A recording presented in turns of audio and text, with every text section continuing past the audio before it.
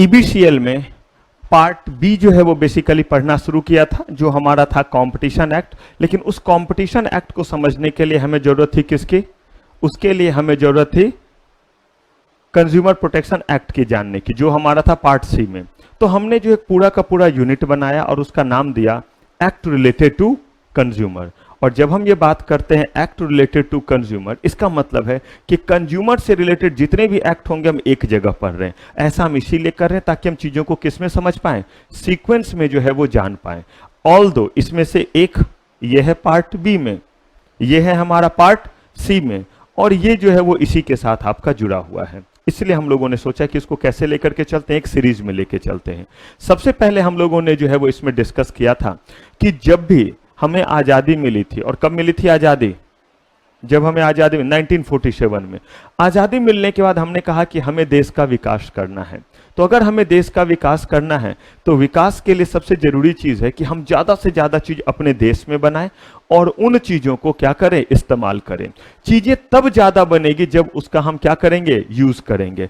और यूज हम तब करेंगे जब हमें कोई ये कॉन्फिडेंस दे, हमें ये भरोसा दिलाए कि अगर जो है वो आपको खराब सामान मिला तो आपके लिए हम खड़े हैं, तब वो उस चीज को क्या करेगा, यूज करना शुरू करेगा। तो सबसे पहले 1969 में हमने एमआरटीपी एक्ट बनाया, और इस एमआरटीपी एक्ट को हमने हटा दिया 2002 में। लेकिन जब हमने बनाया था उस समय वो बहुत सुटेबल था, बदलते समय के साथ उसकी सुटेबिलिटी खत्म हो गई, ये करेंगे बात बाद में। लेकिन एमआरटीपी एक्ट जब खत्म हो गया तो फिर उसके बारे में हम लोग बातचीत क्यों कर रहे हैं? ऐसा इसीलिए हम लोग कर रहे हैं क्योंकि इसी एमआरटीपी एक्ट से हमें 3 डेफिनेशन पिक करने हैं, जिसका इस्तेमाल कंज्यूमर प्रोटेक्शन एक्ट में भी होगा और कहां होगा, कंपटीशन एक्ट में भी होगा। सबसे पहले हमने ऑब्जेक्टिव पढ़ा था एमआरटीपी एक्ट का, फिर इसके बाद पहला डेफिनेशन पढ़ा था, कौन सा था वो? Registered consumer association. और इसके बारे में हमने कहा था ये एक वॉलंटरी एसोसिएशन है, जिसका काम क्या है, उन लोगों की मदद करना जो लोग कंज्यूमर हैं लेकिन कहिए प्रॉपर्टी के कारण, इलिटरेसी के कारण, इग्नोरेंस के कारण अपनी बात जो है वो रेगुलेटरी बॉडी तक पहुंचा नहीं पा रहे हैं। तो उनके बातों को पहुंचाने के लिए हमारे पास कौन होंगे? उनके बातों को पहुंचाने के लिए हमारे पास होंगे रजिस्टर्ड कंज्यूमर एसोसिएशन। कहा कि इसमें लेकिन कम से कम जो है वो 10 क्या होने चाहिए, मेंबर इसके होने चाहिए, कंज्यूमर मेंबर होने चाहिए। और ये अपने आप को किसके पास रजिस्टर करवाएंगे? सीजी के पास रजिस्टर कराएंगे। और इनका पर्पस ही होगा कंज्यूमर के इंटरेस्ट को क्या करना, प्रोटेक्ट करना। पढ़ लिया था ये हमने। फिर हम आए थे अपने दूसरे डेफिनेशन पे, जिसका नाम था रेस्ट्रिक्टिव ट्रेड प्रैक्टिस। जब हम ये वर्ड कहते हैं रेस्ट्रिक्टिव ट्रेड प्रैक्टिस, तो हमने बस ये कहा था कि हम ये देख रहे हैं कि किस किस तरह से कोई बिजनेस करे तो उसे क्या बोलेंगे, रेस्ट्रिक्टिव ट्रेड प्रैक्टिस। ये नहीं देखना हमारा काम है कि ये तो होता ही है, होता है या नहीं होता इसका जवाब बाद में। अगर होता है तो इसका मतलब लॉ ने कहीं बोला है करने, और अगर बिना पूछे हुए वो कर रहा है तो इसका मतलब उसे क्या मिलेगी, सजा मिलेगी। हमें तो बस पहले ये देखना है, पहले ये तो जान लें कि मर्डर कैसे कैसे होता है, क्या क्या करेंगे तो बोला जाएगा मर्डर है। गोली मारा तो भी मार दिया, मर्डर कर दिया। चाकू से मारा तो भी मर्डर कर दिया। लाठी से पीट पीट के मार दिया तो भी मर्डर कर दिया। गला दबा करके मार दिया तो भी मर्डर कर दिया। फांसी लगा दिया तो भी मर्डर कर दिया। जहर खिला दिया तो भी मर्डर कर दिया। हम तो बस वो देख रहे हैं कि किस किस तरीके से जो है वो कुछ किया तो उसको हम क्या कहेंगे, मारना या मर्डर करना कहेंगे। हाँ, कभी कभी ये जो है वो अलाउड होगा, कभी डिसअलाउड होगा। जब अलाउड होगा तो वजह होगा, और वो वजह होगा कि पुलिस ने मारा, गोली से मारा। किसको मारा, बदमाश को मारा, नहीं तो वो किसी को मार देता। ठीक है, वजह मिल गया। और अगर कोई वजह नहीं है तब किसी ने किसी को मार दिया तो उसे क्या मिलेगी, सजा मिलेगी। तो यही हम देखने जा रहे हैं कि आरटीपी हमने कहा कि बिजनेस करने का कोई भी ऐसा तरीका जिससे आप कंपटीशन पे बुरा प्रभाव डालेंगे। और कहा बुरा प्रभाव कैसे, तो आप कंपटीशन को या तो रेस्ट्रिक्ट कर रहे हैं, या कंपटीशन को प्रिवेंट कर रहे हैं, या कंपटीशन को डिस्टॉर्ट कर रहे हैं, या इन तीनों का मतलब हुआ कि कंपटीशन पे बुरा प्रभाव डाल रहे हैं। अगर ऐसा कर रहे हैं तो वो आरटीपी कहलाया। कहा कि क्लियरली बताइए कि किस किस तरह से हम बिजनेस करेंगे तो आप कहेंगे कि हम उस पे जो है वो क्या कर रहे हैं, बुरा प्रभाव जो है वो डाल रहे हैं। इसमें हम लोगों ने अब हमने कहा कि किस किस तरीके से कोई क्या करेगा, अगर जो है वो बिजनेस करेगा तो हम उसे क्या बोलेंगे, आरटीपी कर रहा है। यानी कि अब हमें पूरा का पूरा एक लिस्ट जमा करना है, जो लिस्ट हमें क्या बतलाएगा कि अगर इनमें से किसी तरीके से आप बिजनेस करेंगे तो हम उसे क्या कह देंगे, आरटीपी। फिर ध्यान से सुनिएगा, हमारा यहां इरादा सिर्फ ये जानने का है कि किस किस चीज को हम क्या कहेंगे, आरटीपी कहेंगे। क्यों करते हैं अगर वो आरटीपी होता है? तो मैंने आपको दोनों बातें बताई, या तो उसके पीछे जो वजह होगी वो लीगल होगा, यानी किसी ने ऑथराइज किया होगा, और अगर नहीं तो उसे हम क्या करेंगे? पेनलाइज करेंगे। चलिए, तो इसमें हमने सबसे पहला देखा था रिफ्यूजल टू डील और एक्सक्लूसिव डीलिंग। यानी कि अगर कोई कहता है कि मैंने सामान बनाया और मैं कहता हूं कि मैं जो है ना जो है वो पिंक को बेचूंगा ना ब्लैक को बेचूंगा क्योंकि ये दोनों लेट आए, ना ही स्काई ब्लू को बेचूंगा क्योंकि ये तीनों क्या आए? लेट आए, तब तो किनको किनको ना बेचूं, सब तो बाहर ही हो जाएंगे। तो अगर मैंने मान लीजिए बोला कि चलिए इन्हीं दोनों को बोला कि इन दोनों को मैं नहीं बेचूंगा, तो इसका मतलब है कि मैं क्या कर रहा हूं? बाकियों के साथ बेच रहा हूं, इनको साथ बेचने से क्या कर रहा हूं? रिफ्यूज कर रहा हूं। ऐसे ही अगर मैं मान लीजिए कि पेन बनाता हूं, तो इस बार पेन बना हुआ पेन आपको बेचने से मना किया, रॉ मटेरियल ये दोनों बेचते हैं, प्लास्टिक बेचते हैं, इंक बेचते हैं, मैंने बोला मैं इनसे नहीं खरीदूंगा, तो भी ये क्या कहलाएगा? Refusal to deal. एकदम ध्यान से सुनिएगा, रिफ्यूजल टू डील का मतलब है कि चाहे आप एक खास बंदे को ना बेचें, चाहे एक खास ग्रुप के साथ डील ना करे। ये मत सोचिएगा कि रिफ्यूजल टू डील का मतलब एक ही को नहीं बेचना है। रिफ्यूजल टू डील का मतलब एक या कुछ गिने चुने लोगों के साथ डील करने से मना करना क्या कहलाएगा हमारा? Refusal to deal. उनसे खरीदने से मना कर रहे हैं तो भी refusal to deal. Raw material में आपसे नहीं खरीद रहा हूं तो भी रिफ्यूजल टू डील। बना बनाया पेन में आपको नहीं बेच रहा हूं, मैं रेनॉल्ड्स कंपनी हूं, बाकियों को बेच रहा हूं, आपको नहीं बेच रहा हूं, तो भी रिफ्यूजल टू डील। इसका ठीक उल्टा क्या हो गया? इसका ठीक उल्टा हो गया हमारा एक्सक्लूसिव डीलिंग। एक्सक्लूसिव डीलिंग का मतलब हुआ कि इस बार मैं कह रहा हूं या तो सिर्फ आपको या आपके जैसे एक दो गिने चुने लोगों को बना बनाया पेन बेचूंगा, या सिर्फ आपसे या आपके जैसे एक दो लोगों से ही रॉ मटेरियल क्या करूंगा? खरीदूंगा। तो क्या कहलाया? एक्सक्लूसिव डीलिंग कहलाया। फिर हमने पढ़ा था tie up sale and full line forcing. अगर आप सामान खरीदने गए और आपको बोला गया कि ये सामान टी शर्ट खरीदने गए और बोला गया जींस भी खरीदना पड़ेगा, तो ये क्या कहलाया? Tie up sale. हमें फोर्स किया जा रहा है, हमें मजबूर किया जा रहा है कि टी शर्ट तब दूंगा जब आप क्या करते हैं? जींस भी खरीदते हैं। कहा गया कि अगर ऐसा बोला जाए तो ये क्या है? टाई अप सेल है। लेकिन यहीं पे आप खरीदने गए टी शर्ट और बोला गया जींस खरीदने के लिए, तो जींस और टी शर्ट तो एक बिरादरी में आते हैं। एक बिरादरी का मतलब दोनों टेक्सटाइल में है, दोनों जो है वो हमारे क्या है? क्लोथिंग में आते हैं। लेकिन आप खरीदने गए टी शर्ट और इस बार बोला गया कैलकुलेटर भी खरीदना पड़ेगा या मोबाइल फोन भी खरीदना पड़ेगा, तो ये दोनों जो है वो अलग अलग कैटेगरी में आए या नहीं आए? तो ये टाई अप सेल तो है, लेकिन ऐसे टाई अप सेल को हम क्या कहते हैं? Full line forcing. तो इसका मतलब है कि जब भी कहीं फुल लाइन फोर्सिंग हो रहा होगा तो इसका मतलब है कि वहां पे क्या हो रहा है? टाई अप सेल हो ही रहा है। लेकिन जरूरी नहीं है कि टाई अप सेल हो रहा है तो वहां क्या हो रहा है?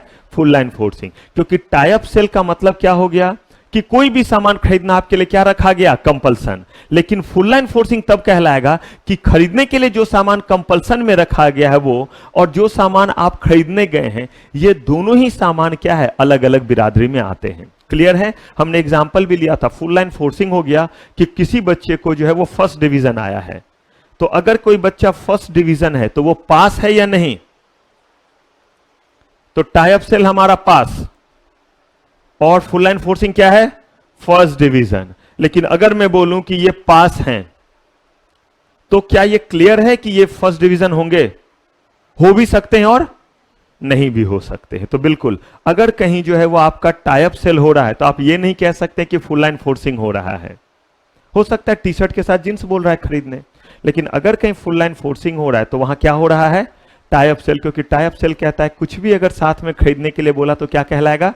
टाई अप सेल कहलाएगा। चलिए, यहां तक का सफर पिछले एपिसोड में कर लिया था, कोई गिला शिकवा यहां तक में? चलिए बढ़ते हैं आगे। कलेक्टिव प्राइस फिक्सेशन, एकदम ध्यान से सुनिएगा। कलेक्टिव प्राइस फिक्सेशन और कंसर्टेड एक्शन, और यह है रीसेल प्राइस मेंटेनेंस। ग्रुप 2 के लिए ही आप है ना? तभी मैं कह रहा हूं कि मैंने आपको एग्जीक्यूटिव में कहीं देखा है, किया था ना क्लास।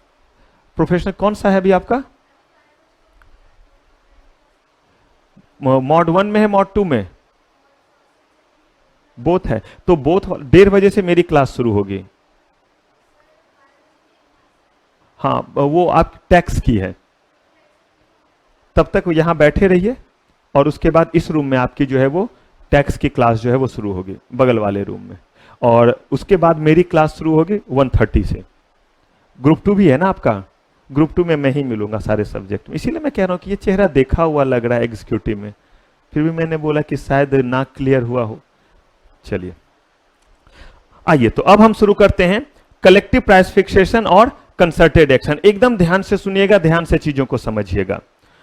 कलेक्टिव प्राइस फिक्सेशन के साथ साथ मैंने यहां क्या लिखा हुआ ये बताइए, कंसर्टेड एक्शन। और मैंने आपको क्या समझाया है कि जहां भी मैं दो नाम बोलूं तो उसमें से एक नाम खुद से उड़ा दीजिए, एक नाम अपनी मर्जी का याद रखिए। तो वो दोनों ही आपको ध्यान रखना है, क्योंकि हो सकता है हम आपसे कलेक्टिव प्राइस फिक्सेशन ना पूछें, बल्कि क्या पूछ दें, कंसर्टेड एक्शन पूछ दें। और एक है रीसेल प्राइस मेंटेनेंस, यहां से आपको नहीं देखना पड़ेगा, हालांकि एग्जाम में यही लिखना रहेगा, लेकिन अब इसको पहले हम समझ लेते हैं। चलिए कैसे समझते हैं, एक एग्जाम्पल लेते हैं। एक कंपनी है जिसका नाम है रेनॉल्ड्स, सुने हैं नाम।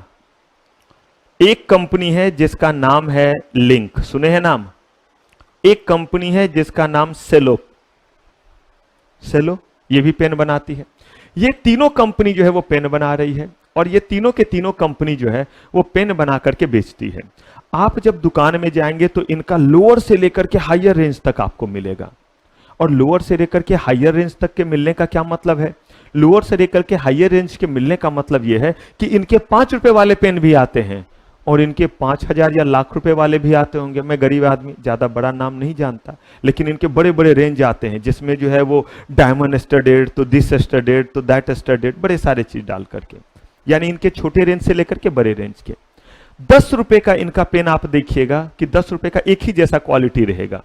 लेकिन मुझे एक बात बताइए, अगर किसी चीज का एक जैसा क्वालिटी है तो 3 अलग अलग कंपनी के चीज को अलग अलग लोग क्यों इस्तेमाल करते हैं? सब लोग एक ही कंपनी का इस्तेमाल क्यों नहीं करता? रेनॉल्ड्स पेन से कोई लिखते हैं, वो भी 10 रुपीज वाला, 10 ही रुपीज का जो है वो आपका लिंक का पेन है, 10 ही रुपीज का आपका जो है वो सेलो पेन है। ये तीनों पेन 10 ही रुपीज वाले हैं, लेकिन फिर भी सबके अलग अलग कस्टमर है या नहीं? किसी को रेनॉल्ड्स अच्छा लगता है, किसी को लिंक, किसी को कैमलिन। मैं अलग अलग प्राइस रेंज की बात नहीं कर रहा, सेम ही प्राइस में कोई जो है वो लिम्का पीता है, कोई फेंटा पीता है, कोई कुछ और। तो सबका अलग अलग अपना जो है कहिए कि एक सेंस होता है किसी चीज को लेकर के। टेस्ट वर्ड तो इसीलिए नहीं बोल रहा हूं क्योंकि पेन में क्या टेस्ट, तो चॉइस कह दीजिए, अपना अपना प्रेफरेंस कि मुझे यही पसंद है। एक कहिए कि उनके साथ लॉयलिटी। लेकिन ये लॉयलिटी कैसे टूट जाता है वो देखिए। 10-10 रुपए में तीनों पेन मिलते थे। मैं जो है वो रेनॉल्ड्स पेन मान लीजिए यूज करता था। मैं दुकान गया और दुकानदार को मैंने बोला, ध्यान से सुनिएगा, कि दुकानदार को मैंने बोला कि मुझे जो है एक रेनॉल्ड्स का पेन दो। मैंने 10 रुपए रखे, दुकानदार ने पेन दिए और मैं पेन लिया और पेन लेकर के जो है वो चल पड़ा। वो बोलता है भैया पैसे तो दे दो। मैंने बोला दिया तो 10 रुपए। वो कहता है 5 रुपए और देना, दाम बढ़ गया है। तो मैंने जो है वो पेन रखा और बोला कि आप जो है मुझे लिंक का पेन दे दो। तो उसने मुझे लिंक का पेन दिया। फिर मैं लेकर के जाने लगा तो बोला भैया पैसे तो दे दो। मैंने बोला दिया तो 10। बोला इसका भी बढ़ गया, 15 हो गया, 5 रुपए और दे दो। पैसे नहीं दिए, मैंने पेन रखा और मैंने बोला किसका पेन दे दो? सेलो का पेन दे दो। उसने फिर पेन दिया। फिर मैं जाने लगा तो बोला भैया पैसे तो दे दो। तो बोला कितने? बोले कि 5 रुपए, तो 15 रुपए इसके भी हो गए हैं। इस बार मैंने जो है वो पेन वापस किया सेलो वाला, जेब से पैसा निकाला। आज तो है ही नहीं, गरीब आदमी कहीं नहीं है, लेकिन जो है वो जेब से पैसे निकाले, 5 रुपए दिए और बोला रेनॉल्ड्स का पेन दे दो। कहां पहुंच गया फिर मैं? पुनः मूसिको भवा। फिर मैं वही पहुंच गया जहां था। क्यों? जैसे ही 5 रुपए से प्राइस जो है वो बढ़ा, मैंने अपना ईमान दिखला दिया। मैं कहां चला गया? रेनॉल्ड्स से किसके तरफ चला गया? लिंक के तरफ। जैसे ही जो है वो प्राइस जो है वो देखा लिंक का भी बढ़ा तो कहां चला गया? लेकिन अगर दोनों का प्राइस फिर बढ़ गया तो फिर मैं वापस कहां गया? इसका मतलब है कि 15 रुपए में ही अगर तीनों मिल रहा है तो मेरा चॉइस क्या है? रेनॉल्ड्स है। तो यहां पे वैसे ही मैं कह रहा हूं कि अगर मान लीजिए कि ये तीनों कंपनी आपस में मिलती है और क्या कर रही है वो सुनिए। ये तीनों कंपनी एक दूसरे को कहते हैं कि देखो भाई सबका अपना अपना कस्टमर बेस्ड है। तो कहता है हां है। कहता है कि 10-10 में पेन बेच रहे, चलो प्राइस बढ़ा लेते हैं। तो लिंक ने रेनॉल्ड्स को बोला तू अपना बढ़ा ले। तो रेनॉल्ड्स कहता है देखो अगर हम ऐसा करेंगे तो कुछ मेरे ग्राहक आपकी तरफ चले जाएंगे, आपका तो 10 का 10 ही रह जाएगा। लेकिन जरा सोचो अगर तीनों 15 कर लेंगे तो जिसके जो ग्राहक है वही रह जाएंगे, क्योंकि एक साथ तीनों के प्राइस बढ़े हैं। तीनों को बात अच्छा लगा और तीनों ने जो है वो एक साथ एग्रीमेंट कर लिया। और एग्रीमेंट क्या किया कि हम तीनों प्राइस 10 से कितना कर लेंगे, 15 कर लेंगे, 10 से 15 कर लेंगे। अगर ऐसा हो रहा है तो मुझे बताइए बुरा है या नहीं? तो इसको क्या बोला गया, आरटीपी। और इस आरटीपी का नाम क्या है, कलेक्टिव प्राइस फिक्सेशन और कंसर्टेड एक्शन। याद रखिएगा ये नाम बच्चों को याद जल्दी नहीं रहता है, कंसर्टेड एक्शन। और कुछ दिन के बाद बच्चा ये नाम भूलता है और हम पूछेंगे right short notes on concerted action, क्योंकि कलेक्टिव प्राइस फिक्सेशन अब आपको थोड़ा सेंस दे देगा। कलेक्टिव प्राइस फिक्सेशन, एक साथ 3-4 लोग कलेक्ट होकर के प्राइस क्या कर रहे हैं, फिक्स कर रहे हैं। तो ये तो हमें भी पता है कि आपको ये याद रख आसानी से रहेगा। तो यहां ध्यान रखिएगा इसका नाम क्या है। अब ये नहीं कि कंसर्टेड एक्शन याद रहे और कलेक्टिव प्राइस फिक्सेशन ही याद नहीं रहे, आपको याद रखना है कि ये दोनों एक ही नाम है। रीसेल प्राइस मेंटेनेंस क्या है वो देखिए। रीसेल प्राइस मेंटेनेंस कहते हैं जब, अच्छा मुझे एक चीज बताइए, कलेक्टिव प्राइस फिक्सेशन किसके बीच हो रहा है, बायर्स के बीच में या सेलर्स के बीच में?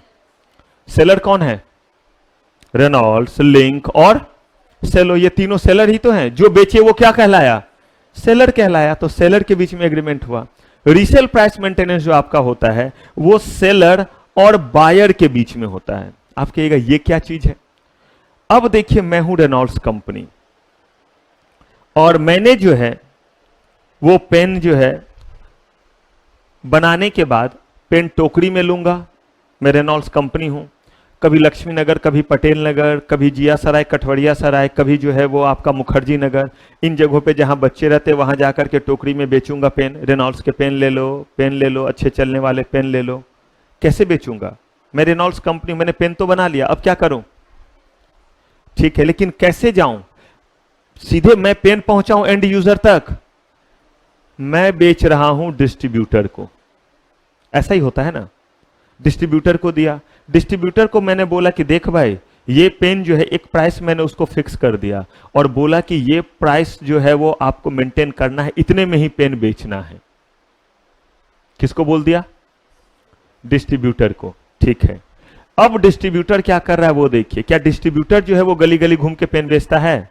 तो डिस्ट्रीब्यूटर जो है वो देता है स्टॉकिस्ट को, जिसको आप होलसेलर भी कहते हैं। तो एक हुआ डिस्ट्रीब्यूटर जो एक एरिया वाइज होता है कि इस पूरे एरिया का वो डिस्ट्रीब्यूटर है, और होलसेलर जो है वो उससे छोटे एरिया का, इस एरिया का वो होलसेलर, फिर उस एरिया का वो, और 4 बड़े बड़े एरिया को मिलाकर के एक एरिया का क्या होगा हमारा, डिस्ट्रीब्यूटर। तो डिस्ट्रीब्यूटर किसको बेचेगा? तो जब रेनॉल्ड्स बेच रहा था रेनॉल्ड्स बायर था या सेलर, और डिस्ट्रीब्यूटर बायर। अब ये डिस्ट्रीब्यूटर जब बेचेगा होलसेलर को तो ये क्या बन गया, और ये क्या बन गया, बायर। और ये कह रहा है अब होलसेलर को कि देख भैया इससे कम में मत बेचना। रीसेल प्राइस मेंटेनेंस, इसने जब सेल किया तो प्राइस मेंटेन किया, फिर इसने जब रीसेल किया तो इसने भी क्या किया, प्राइस जो है वो मेंटेन किया। अब फिर देखिए उसके बाद अब जो है ये किसको बेचेगा, रिटेलर को। जब रिटेलर को ये बेचेगा तो ये सेलर बन गया, ये क्या बन गया, फिर ये एग्रीमेंट किया और कह रहा है कि इस प्राइस से कम पे चीजों को मत बेचना। और तब ये बेचेगा किसको, हमको, आपको, जिसको कहते हैं एंड यूजर या जिसको कस्टमर कहते हैं। तो ये सेलर और ये क्या हो गया, बायर। इसका मतलब देखिए हर जगह एग्रीमेंट हो रहा है, और एग्रीमेंट करके ये क्या कह रहे हैं, एग्रीमेंट कह के कह रहे हैं कि इससे जो है वो क्या करना, इससे कम पे जो है वो आगे मत बेचना। तो इस तरह के मेंटेन करने को क्या कहते हैं हम, रीसेल प्राइस मेंटेनेंस। क्लियर है ये चीज, रीसेल प्राइस मेंटेनेंस। तो अब अगर एक बात और ध्यान रखिएगा, यहां नीचे जो एक लाइन लिखा हुआ है वो क्या कहता है कि अगर आपने एग्रीमेंट किया, आप रेनॉल्ड्स कंपनी है डिस्ट्रीब्यूटर के साथ, और एग्रीमेंट करने के बाद अगर उस एग्रीमेंट में आपने साफ तौर पे ये बात नहीं लिखी है कि भाई जिस मर्जी पे होगा प्राइस, जिस मर्जी पे आप चाहें उस प्राइस पे बेचें, आपकी जो मर्जी है उस पे आप जो है वो चीजों को क्या करें, बेचें, जिस प्राइस पे आपका दिल चाहे उस प्राइस पे आप चीजों को बेचें, लेकिन इससे ज्यादा ना ले। एमआरपी बताना is not resale price maintenance, क्योंकि एमआरपी का मतलब होता है मैक्सिमम रिटेल प्राइस।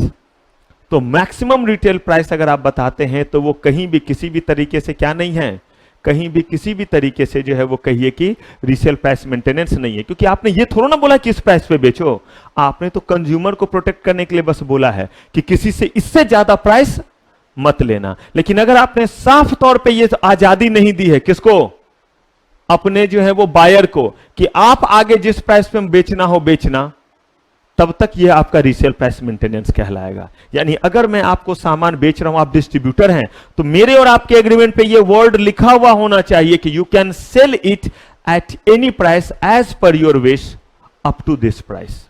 एक बस मैक्सिमम प्राइस बता दिया। अब आपकी मर्जी, आपने सामान खरीदा मान लीजिए 20 में और आप इसे बेच रहे हैं सिर्फ 22 रुपए में, इसका मतलब है आप प्रॉफिट कितना लेना चाहते हैं, 2 रुपया। कोई बात नहीं, कंज्यूमर के लिए अच्छा है या बुरा है, यही अगर आप 25 में बेचेंगे तो कंज्यूमर को महंगा मिलेगा। अब आप देखिए कि कहीं शायद 22 रुपए में बेचने से या 22 रुपीज में बेचने से शायद आपका ज्यादा सेल होगा। 25 में बेचेंगे तो 5 पीस बिकेगा, चलो 5 इंटू 5 25 रुपीज का फायदा। लेकिन अगर 22 में बेचेंगे तो आपके जो है ये चीज शायद 100 बिके, तो आपको 200 रुपए का प्रॉफिट हुआ। तो ये आपका काम है वो मार्केटिंग और जज करना। हाँ, लेकिन ये जरूर है कि एमआरपी से ज्यादा पे नहीं बेचेंगे। तो क्या एमआरपी दिया होना रीसेल प्राइस मेंटेनेंस है? और जब तक आपने साफ साफ सामने वाले को यह छूट नहीं दिया तब तक वो क्या कहलाएगा, रीसेल प्राइस। तो रीसेल प्राइस मेंटेनेंस पहला चीज किसके किसके बीच में, और बायर जो है वो सेलर जो है वो बायर को क्या कह रहा है, एक प्राइस दे रहा है और कह रहा है कि इसी प्राइस पे आपको सामान को आगे क्या करना है, बेचना है। और वो फिर जब बेच रहा है तो आगे भी उस प्राइस को क्या कर रहा है, मेंटेन कर रहा है। दूसरी बात जो लिखी हो ये कि जब तक सेलर जो है वो बायर को साफ तौर पे नहीं कहे कि जिस मर्जी जिस प्राइस पे चाहो आप बेचो, तब तक ये हमेशा क्या कहलाएगा, रीसेल प्राइस मेंटेनेंस कहलाएगा। तो कलेक्टिव प्राइस फिक्सेशन क्लियर है किसके बीच में, सेलर्स के बीच में। और रीसेल प्राइस मेंटेनेंस ध्यान रहेगा, कीजिए छपाई और डन कीजिए और बताइए, फटाक से कीजिए और बताइए।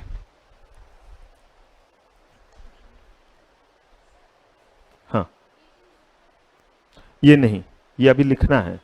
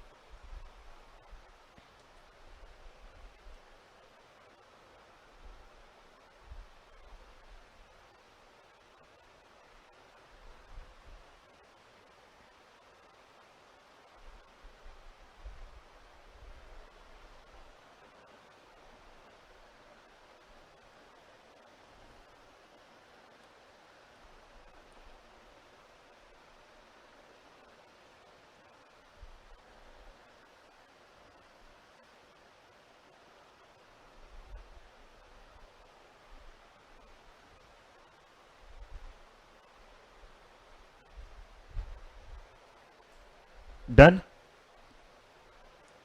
बढ़े आगे। तो देखिए हम लोगों ने पहला देखा था रिफ्यूजल टू डील, दूसरा एक्सक्लूसिव डीलिंग, तीसरा टाई अप सेल, चौथा फुल लाइन फोर्सिंग, जो भी नाम दीजिए जैसे भी कहिए उसको अलग भी बना दीजिए। अगला क्या हो गया, कलेक्टिव प्राइस फिक्सेशन और कंसर्टेड एक्शन, और फिर रीसेल प्राइस। ये सारे के सारे वो तरीके हैं, अगर इस तरीके से कोई कर रहा है तो उसे हम क्या बोलेंगे, आरटीपी। और फिर मैंने आपको एकदम क्लियर कर दिया, अगर कोई कर रहा है तो इसका मतलब है दो वजह, पहला उसने इस बात को करने की कहीं से परमिशन ली है जो अथॉरिटी है, और नहीं परमिशन लिए तो उसे क्या किया जाएगा, पेनलाइज किया जाएगा। ठीक है। डिस्क्रिमिनेटरी डीलिंग और डिफरेंशियल बेनिफिट, इसका मतलब है कि जब आप अलग अलग लोगों को अलग अलग तरह का डिस्काउंट देते हैं।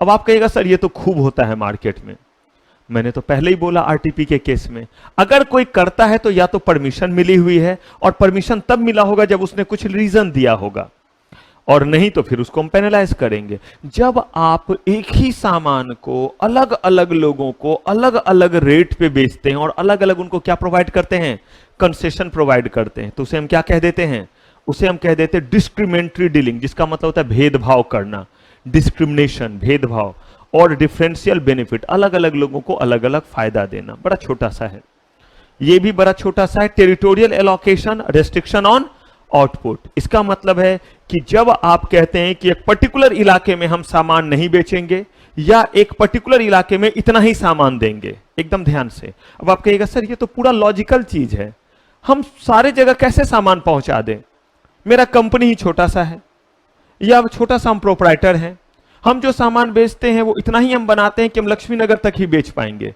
तो इसका मतलब मैं यहां भी ना बेचूं। तो मैंने ये कहां बोला कि आप यहां ना बेचें, लेकिन मैंने ये जरूर बोला है कि ये आपका जो है वो क्या कहलाएगा, आरटीपी। आप कहिएगा ये तो बुरा है, मैंने कब बोला कि आरटीपी बुरा है, मैंने तो बोला कि अगर आप ऐसा कर रहे हैं तो ये आरटीपी है। अब ये भला है या बुरा ये तो समय बताएगा। आपने जो है वो लाठी से किसी को मार डाला, अब मैं आपके पास गया तो आप कहते हैं कि सर मारू ना, वो जो है वो चाकू लिए हुए था और भोंकने ही वाला था, वो तो संजोग से मुझे एक लाठी या एक ईंट मिल गया, मैंने मारा, वो मर गया। तो ये अब तो आपने अपने सेल्फ डिफेंस में किया है, लेकिन जो रिजल्ट है वो ये जरूर है कि सामने वाला मरा, सामने वाले का मर्डर हुआ, वो खत्म हुआ। यही बस आरटीपी है। वजह होगा, इसके पीछे वजह होगा तो हम बिल्कुल आजादी देंगे। अब मान लीजिए कि किसी इलाके में सिगरेट नहीं बेचना है, चिमनी फैक्ट्री, यूनिवर्सिटी एरियाज, फिर आपका कोर्ट वगैरह होते हैं, हॉस्पिटल होते हैं, उसके 100 मीटर के दायरे में नहीं बेचना है। अगर आप डीयू के इलाके में जाएंगे तो आप देखिएगा वहां पे जो है वो नहीं बिकता रहता है। अब चोरी करके और चुरा करके वो अलग बात है। तो इसका मतलब जो है बोलेंगे कि अरे यहाँ आरटीपी हो रहा है, यहाँ पे जो है वो सिगरेट नहीं मिल रहा है, यहाँ पे जो है वो बियर नहीं मिल रहा है, गंगाजल नहीं मिल रहा है। कहा गया कि नहीं, अगर ऐसा है तो ये आरटीपी जरूर है, लेकिन कहा गया इसके पीछे क्या है, वजह है। ऐसे ही आउटपुट, मेरा कैपेसिटी ही है 100 बनाने का, तो मैं कहां से 1000 सप्लाई करूं, चाहे मार्केट का डिमांड क्यों ना 1000 हो, मेरा कैपेसिटी होगा तब ना। या मुझे मार मार के मार दिया जाएगा क्यों, तू इतना पीस क्यों नहीं बनाएगा, तुझे बनाना पड़ेगा। छोटा बिजनेसमैन हूं, उतना ही बेच सकता हूं। बॉयकॉट, इसका मतलब होता है बहिष्कार। कहा गया कि क्या मतलब इसका है, कहा गया कि आप जो हैं वो किसी ट्रेड एसोसिएशन का हिस्सा बनना चाहते हैं। किसका, ट्रेड एसोसिएशन का। और ट्रेड एसोसिएशन का हिस्सा क्यों बनना चाहते हैं, क्योंकि अगर आप ट्रेड एसोसिएशन का हिस्सा बनते हैं तो वैसे केस में आपको बेटर प्रोटेक्शन मिलता है।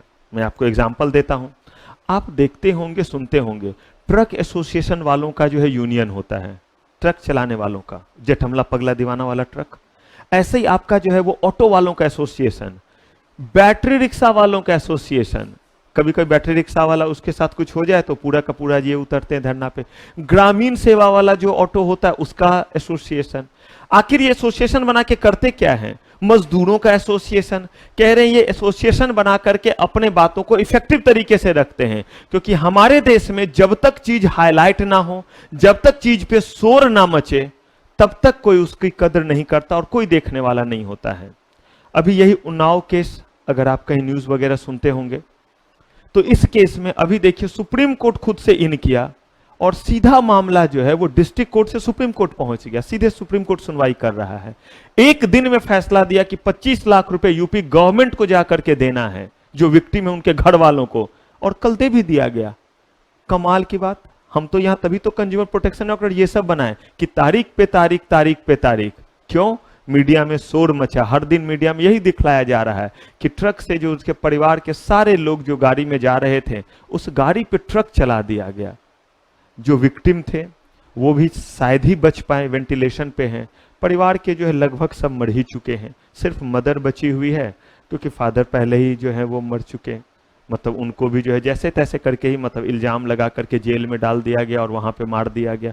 मतलब ऐसे कर करके चीजें चलती है। लेकिन फिर जब मीडिया और सारा चीज एक साथ जमा हुआ तो उसके बाद आप देखिए अभी जो है सीधे सुप्रीम कोर्ट ने बोला हर दिन जो है वो ट्रायल चलेगा, हर दिन। जबकि सुप्रीम कोर्ट में साल साल 2-2 साल में तो डेट मिलता है, अगर पहुंच भी गया केस तो। और इधर सीबीआई जांच करे, और सीबीआई तो सालों जांच करते रहती है। बोला गया 14 डेज में जांच खत्म करना है। ये चमत्कार कैसे? तो यहां फोर्स ही चलता है। आपके घर में पानी ना आ रहा हो, दूसरे के भी घर में ना आ रहा हो, सब बड़े प्यार से कंप्लेन कीजिए कि पानी गंदा आ रहा है या पानी नहीं आ रहा है, कोई सुनने वाला नहीं।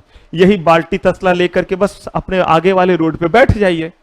अभी लक्ष्मीनगर में पानी का दिक्कत देखिए, यहां पे आगे जो है वो रोड पे आ जाएं, देखिए पानी आना शुरू हो जाएगा। लाइट कटी हुई है, कोई बात नहीं, सब अपना टेबल कुर्सी लेकर के रोड पे बैठ जाएं, देखिए लाइट आ जाती है। कैसे ये चमत्कार होता है? तो यहां कहा गया है कि जो बोलता है उसी की सुनी जाती है, और जो सही तरीके से जा रहा है उसका सुनने वाला कोई नहीं है। कहा गया, इसीलिए कहा गया कि उसको ट्रेड यूनियन का पार्ट बनाओ, एसोसिएशन का पार्ट बनाओ। मान लीजिए मैंने सोचा कि बहुत हो गया पढ़ना पढ़ाना, अब नहीं पढ़ाऊंगा, अब ट्रक चलाऊंगा। वो जेट अमला पगला दीवाना वाला ट्रक, बॉडी है ही मेरा, यहां तक समझिए बॉडी है। तो अब जो है मैंने सोचा कि वो ट्रक चलाऊंगा, उसमें थोड़ी ताकत ज्यादा लगते हैं।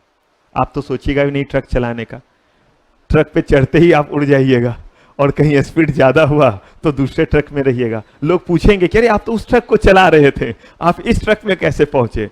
तो आप बोलिएगा मेरे भीतर रजनीकांत की आत्मा हो गई, आ गई है। आधे देर ये ट्रक चलाता हूं और आधे देर ये ट्रक। बैठेंगे उस ट्रक पे, हवा मारेगा तो दूसरे पे चले जाएंगे जो गाड़ी वहां जा रही होगी। तो अब जो है मैं चला ट्रक चलाने के लिए, लेकिन जब मैं ट्रक लेकर के रोड पे जा रहा हूं तो ट्रैफिक वाले मामू रुक गया, ओवरलोड है तो दिस है दैट है, जबकि कुछ नहीं है, सब ठीक है। फिर भी बोला चलो लगाओ गाड़ी थाने में, क्योंकि उन्हें कुछ चाहिए। अगर कभी देखिएगा तो सब दिखेगा, ये पब्लिक है, सब जानती है। तो आप वहां देखेंगे तो आपको दिखेगा। तो मुझे बोला गया कि चलो लगाओ थाने में, क्योंकि नहीं था पैसा, एज यूजुअल नहीं मिला तो लगाओ थाने में। अब मैं ट्रक किसी एसोसिएशन का मुझे हिस्सा नहीं बनाया, जो ट्रक एसोसिएशन था उसका हिस्सा नहीं बनाया उन लोगों ने। अगर मेरा ट्रक अगर वहां है तो कोई सुनने वाला नहीं है। लेकिन यही अगर मान लीजिए उसमें एसोसिएशन का हिस्सा हूं, जैसे ही मैंने ट्रक लगाया थाने में, एक ट्रक और आया थाने में लगा, एक ट्रक और आया, पूरा लाइन लगा हुआ। क्यों? जब थाने वाले ने पूछा कि भैया सारे लोग थाने में क्यों ट्रक लगा रहे हो, तो बोला आप ही लोगों ने तो कुछ प्रोग्राम चलाया हुआ है कि थाने में ट्रक लगाना है। बोला क्यों? बोला वो देखो उनके सारे कागज हैं, तो उसको बोला गया थाने में लगाने, हमारे पास भी सारे कागज हैं। तो हमने सोचा जिसके पास सारे कागज है उनको गाड़ी थाने में लगाना है, तो हम अभी और भी हैं, 400 और लोग हैं पीछे, जाओ जाओ जाओ जाओ। तो ये चीज होता है बेसिकली एसोसिएशन। अब मैं गुड फेथ में काम कर रहा हूं, और तब आप लोग जो है वो पहले से ट्रक चला रहे हैं सारे लोग, लेकिन मुझे उस एसोसिएशन का हिस्सा नहीं बनाते। कहते पढ़ाते वक्त बहुत ये चौधरी बनते थे, अब इस एसोसिएशन में आएंगे तो अपने ही मन का चलाएंगे, तो चलो इनको जो है वो नहीं लेते हैं अपने ग्रुप में। अगर आप ऐसा करते हैं तो आप जो कर रहे हैं वो एक आरटीपी है। और अब फिर आगे की बात देखिए, लेकिन मेरा इंटेंशन देखिए। अगर मैं गुड फेथ में कर रहा हूं तो ठीक है, लेकिन मेरा इंटेंशन क्या है? ट्रक चलाना तो एक बहाना है, ट्रक से सामान जो है वो ले जाऊंगा, लेकिन उन सामानों के आड़ में मैं तो चरस, गांजा, हीरोइन, इन सब का स्मगलिंग करूंगा। और आप लोगों को यह बात पता है कि इनका तो मेन धंधा ही वही है। जब पहले टीचर थे तो भी यही सब काम करते थे, अब जो है वो थक गए तो फिर भी यही कर रहे हैं। अगर कुछ ऐसा है और तब आप मुझे अपने यूनियन का पार्ट नहीं बनाते, बॉयकॉट करते हैं, तो तब क्या ये आरटीपी होगा? कहा नहीं। अगर मैं गुड फेथ में काम कर रहा हूं तब आप मुझे उसका हिस्सा नहीं बनाते हैं, तो ये क्या है? आरटीपी है। कर लीजिए इतना, फिर आगे बढ़ते हैं। देखिए इन चीजों को समझ करके कीजिएगा। मैंने पहले ही बोला बड़े सारे हैं, कहीं से कुछ भी पूछ देगा, तो इसीलिए समझ करके, रट करके नहीं।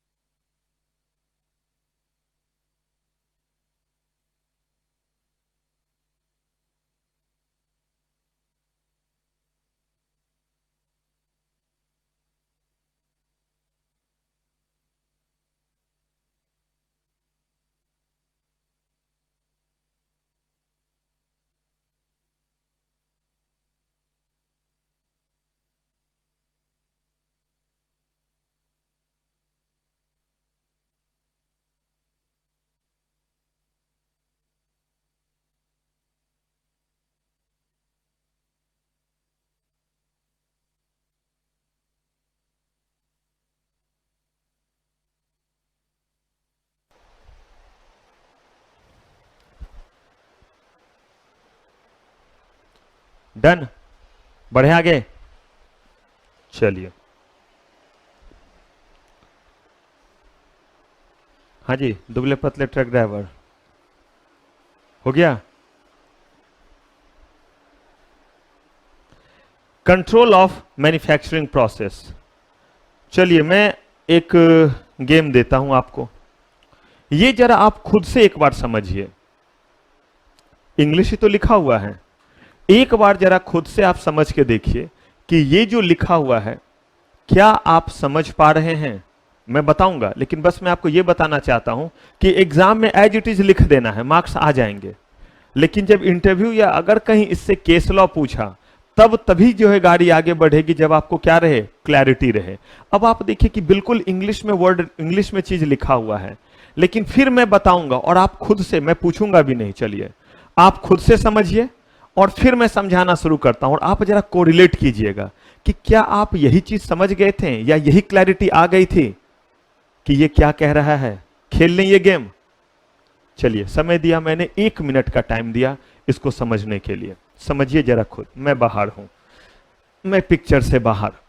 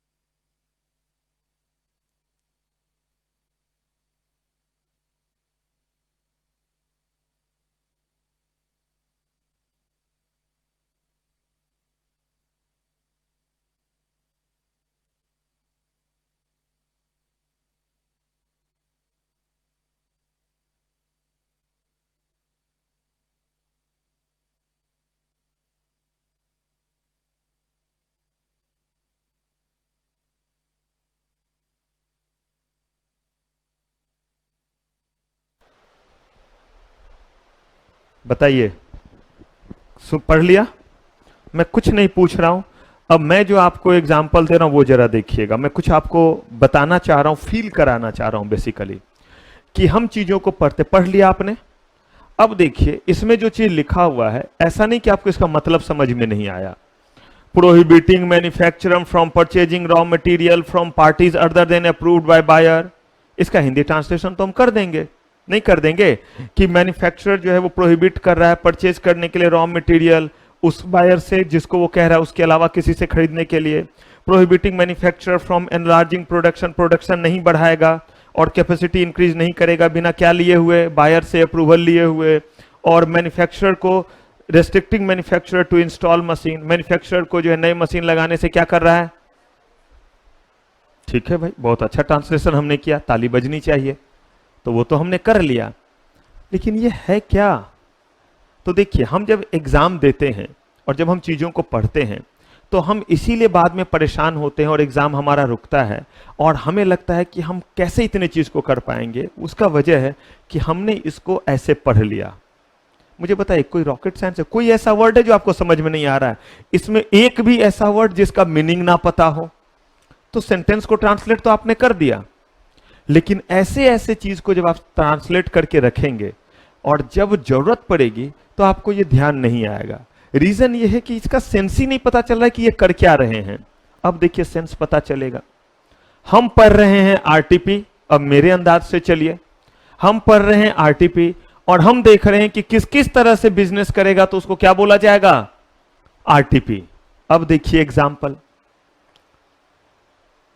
एक कंपनी जिसका नाम है बाटा, सुने हैं? बाटा कंपनी जो है वो शूज बनाती है।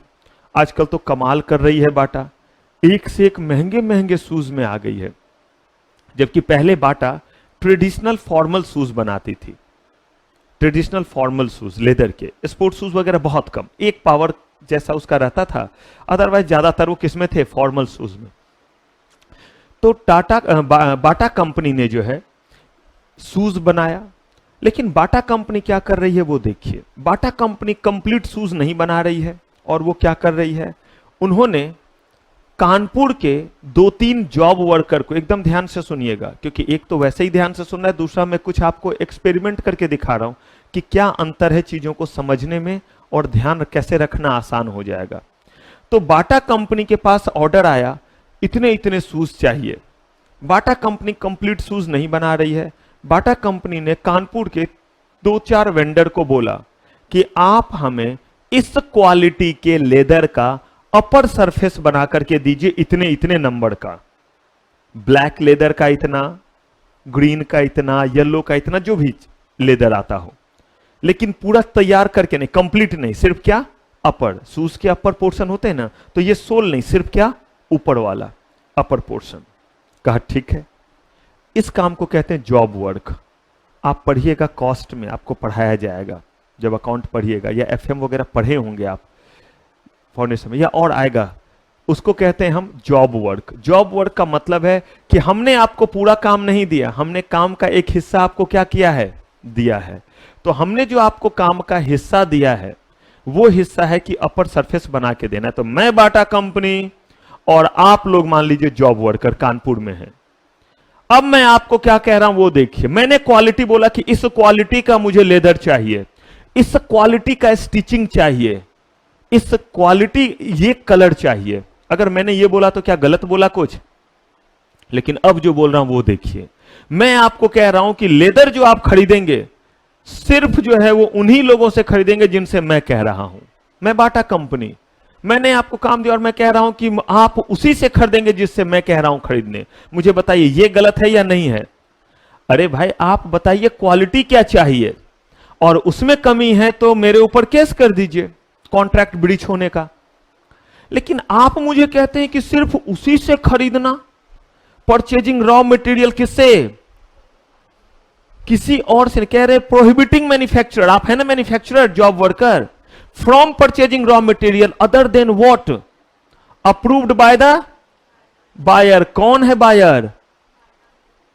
मैं बाटा हूं, मैं कह रहा हूं जिनसे मैंने बोला उसके अलावा किसी से नहीं खरीदेंगे। This is control of manufacturing process and this is RTP. दूसरी बात, मैंने आपको कहा कि आप जो हैं अपने जो हैं वो फैक्ट्री में 1000 से ज्यादा जो है वो शूज नहीं बनाएंगे। अच्छा, अरे भाई मैंने आपको जितने का ऑर्डर देना था दिया, उसके बाद मुझे क्या लेना देना, आप और कितने ऑर्डर लेंगे? मैं आप मेरे गुलाम थोड़ा ना हैं, आप एक जॉब वर्कर, आप अपना काम कर रहे हैं। मैंने बोला कि मुझे 500 पीस दीजिए, अगर आप मुझे जल्दी है तो मेरे आपके बीच में डील होगा। आपको मैंने बोला मुझे 2 दिन में चाहिए, दैट्स फाइन, आप कहते डन। अब मैं ये क्यों बोलूं कि आप और किसी का नहीं करेंगे, आप इससे ज्यादा जो है वो नहीं लेंगे काम? अरे आपका काम कितने दिन में हो जाएगा? अब मैं 2000 पीस लोगों का और बनाऊं या 5000, मैं अपना और इनलार्ज करूं बिजनेस, या ये आप कहने वाले कौन होते हैं? और अगर आप कहते हैं तो इसका मतलब आप क्या कर रहे हैं, कंट्रोल ऑफ, जो कि ये क्या है, आरटीपी है। मैंने कहा कि मुझे इस क्वालिटी का स्टिचिंग चाहिए, लेकिन ये मैं कौन होता हूं कहने वाला कि आप जो है वो कोई नया मशीन तब तक नहीं लगाएंगे जब तक मुझसे परमिशन नहीं लेंगे। अगर मैंने आपको इस तरह से रोका तो ये क्या कहलाया, और अगर ये किया तो ये क्या है, control of manufacturing process. Clear है बात? अब जरा ईमानदारी से सोचिएगा, आपने इस चीज को पढ़ लिया था, हां या ना? आपने इसका ट्रांसलेशन भी समझ लिया था, लेकिन उस ट्रांसलेशन के बाद अगर आपसे कभी पूछा जाता कंट्रोल ऑफ मैन्युफैक्चरिंग प्रोसेस, तो आपको ये एग्जैक्टली रटा होना चाहिए था, तभी आप इसको रिप्रोड्यूस कर पाते। अब अगर आपको ये चीज एग्जाम्पल से समझा हुआ है, आपको एग्जाम में बाटा कंपनी नहीं लिखना है, लिखना अभी भी यही है, लेकिन मुझे बताइए अब लिखना और याद रखना आसान है या नहीं? तो बस मैंने यही बोला कि बस यही एक तरीका है जिस तरीके से आप 8 क्या कितने भी पेपर एक साथ देंगे तो नहीं रुकता है। लेकिन अगर आप वो रट्टा मार वाले तरीके से जाते हैं तो 4 क्या, मैं तो बोलता हूं एक पेपर निकालना मुश्किल हो जाता है और बच्चा वहीं पे घबरा जाता है और वहीं पे बच्चे को दिक्कत होती है। ये क्लियर है? तो ये चीज जरूर याद रखिएगा। और कभी अगर जरूरत पड़े, जैसे ये आप लिख रहे हैं या जब आपके पास बुक रहेगा, ऐसा ही छोटा सा लिख दिया, Bata and job worker at Kanpur example, मतलब इससे आपको मुझे आप कनेक्ट कर पाएंगे कि हाँ सर ने ये बोला था। और तभी मैंने क्यों बोला कि क्यों मैं आपको कह रहा हूं कि जाते हो तो गूगल ड्राइव पे क्लास भी दूंगा, क्योंकि हम लोगों ने ये एक्सपेरिमेंट किया कि अगर ऐसा कुछ रहेगा आपको लगेगा लेकिन बोले क्या थे, अगर एक बार बोल देते ना तो मजा आ जाता। एक तो मैंने बोला है कि कॉल करके पूछ लीजिए, लेकिन आपको लगेगा कितना बार कॉल करें, मान लीजिए तो आप कहते चलो चलो इस चैप्टर को देख लेते हैं, फट से वहां गए, ये बस 2 मिनट चलाया बंद कर दिया, काम खत्म, क्योंकि अब आपको क्या हो गया, तुरंत रिकॉल हो गया।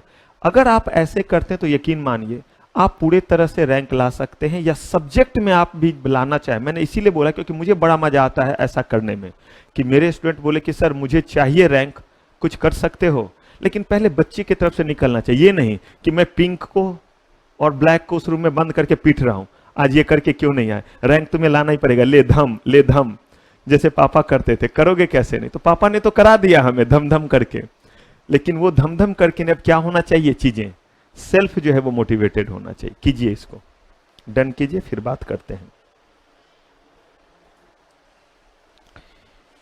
कीजिए फटाक से।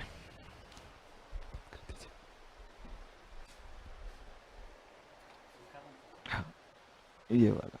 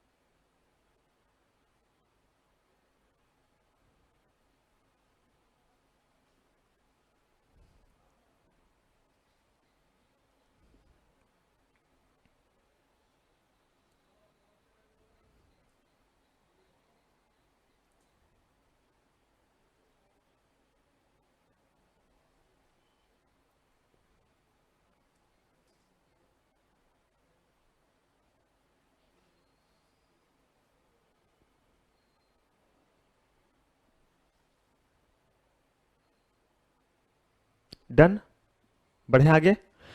चलिए, तो हमने आरटीपी एमआरटीपी एक्ट पढ़ना शुरू किया, इसमें पढ़ा रजिस्टर्ड कंज्यूमर एसोसिएशन, फिर पढ़ना शुरू किया आरटीपी। आरटीपी में जो है हम लोगों ने जो देखना शुरू किया वो क्या है, एग्जाम्पल्स, कि आरटीपी के क्या क्या एग्जाम्पल्स हैं। आते हैं अगले एग्जाम्पल पे। याद रखिए आपके एग्जाम में इनमें से कोई पूछ सकता है 3 या 5 मार्क्स का। अगर आरटीपी पूछा 3 या 5 मार्क्स का तब आंसर कुछ और होगा। ये पूछा सिर्फ right short notes on control of manufacturing process, तो बस यही लिखना है। लेकिन अगर right short notes on RTP पूछा तो क्या लिखेंगे वो बताऊंगा जब पूरा एग्जाम्पल खत्म हो जाएगा तो। लेकिन अगर आपसे जो है वो पूछा तो इंडिविजुअल कौन कौन सा पूछ सकता है वो बता दूंगा आपको कि जो इंडिविजुअली शॉर्ट नोट्स पूछ सकता है। आइए, प्राइस कंट्रोल अरेंजमेंट और प्रीडेटरी प्राइसिंग, और ये हम लोगों ने बहुत बार पूछा है इस नाम से। किस नाम से? इस नाम से नहीं पूछते हैं। कौन सा नाम? क्योंकि ये थोड़ा आसान हो जाता है समझना। प्राइस कंट्रोल अरेंजमेंट कुछ कुछ क्लू जैसा मिलने लगता है, बोलते हैं क्लू ही नहीं मिलने देंगे। तो क्या नाम से पूछते हैं? Predatory pricing. अब ये है क्या, ये समझिए। प्रीडेटर वर्ड जो है वो पहले सुने हैं?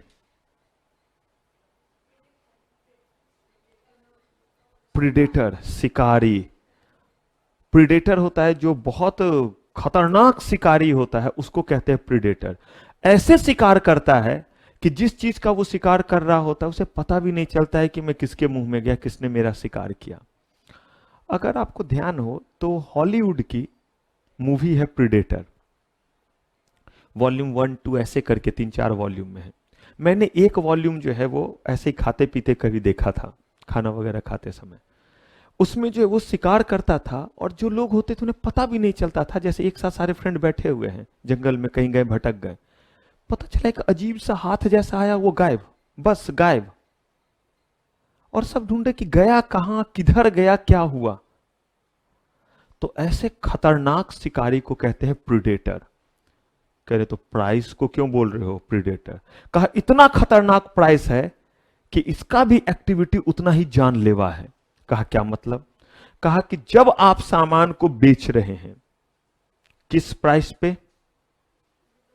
हर चीज में बस ध्यान रखिए कि क्या ध्यान रखना है इसमें। उसके बाद बाकी चीज के लिए दिमाग पे जोर मत डालिए कि सब कुछ रटना है, बस इतना ही कि क्या ध्यान रखना है इसमें। तो पहला चीज, कॉस्ट से किस प्राइस पे बेच रहा है? Below, selling below cost price, जितना लागत है उससे भी कम में। कहा चलो यहां तक माना, लेकिन साथ में एक और चीज होना चाहिए। इरादा क्या है? जितने कॉम्पिटिटर है सबको मार्केट से बाहर निकाल देना। और अगर ये दोनों चीजें हो जाएं तो जिस प्राइस पे आप बेच रहे हैं वो प्राइस क्या कहलाएगा? प्रेडेटरी प्राइसिंग कहलाएगा ये एक्टिविटी। अगर मान लीजिए आप टाइम्स ऑफ इंडिया न्यूज़पेपर बेचते हैं, मालिक हैं आप, आपने जो है इसका कॉस्ट मान लीजिए 1 रुपया आता है या 2 रुपया आता है प्रिंटिंग कॉस्ट, आप 5 रुपए में नॉर्मल मार्केट में देते हैं। कॉस्ट कितना आता है इसका? 2 रुपीज। आप इसे जो है वो नॉर्मली कितने में बेचते हैं? आपने जो है वो कुछ रूरल एरिया में इसे 1 रुपया में बेचना शुरू किया, लेकिन बिलो क्या हो गया? ये कॉस्ट प्राइस। लेकिन इसीलिए क्योंकि उस एरिया में जो है वो लोग बड़े गरीब हैं, वहां पे और कोई कम्युनिकेशन का मीन्स नहीं है, तो आपने कहिए चैरिटी में या पब्लिक एट लार्ज के भलाई के लिए पंचायत में जाकर के जो है वो कहा कि 100 कॉपी हम पहुंचा दिया करेंगे, और जो भी इस गांव के लोग पढ़ना चाहते हैं वो यहां से 1 रुपए में ले जा सकते हैं। कितने में? मुझे एक चीज बताइए, क्या इससे समाज का बहुत नुकसान हो जाएगा?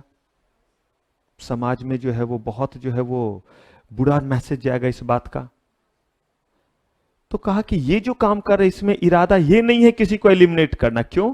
क्योंकि वहां हिंदुस्तान टाइम्स जाता ही नहीं था, वहां द हिंदू नाम का न्यूज़पेपर जाता ही नहीं था, वहां कोई और न्यूज़पेपर नहीं जाता था। तब आप जो है वो कॉस्ट से भी कम में पहुंचा रहे हैं। लेकिन यही चीज अगर वहां सारे न्यूज़पेपर जा रहे होते और आप तब एक में दे रहे होते तो ये क्या कहलाता? क्योंकि इस बार इरादा क्या है? हाँ जी, तो दोनों बातें होनी चाहिए। अगर ऐसा है तो ये क्या कहलाएगा? आरटीपी कहलाएगा। तो प्रीडेटरी प्राइसिंग ये क्या हो गया? आरटीपी हो गया। क्लियर है ये बात? चलिए, restriction on number of wholesaler producer supplier, ये तो बहुत आसान सा चीज है कि आप जो है वो गिने चुने लोगों को होलसेलर बना रहे, प्रोड्यूसर या सप्लायर। डन कीजिए इसको।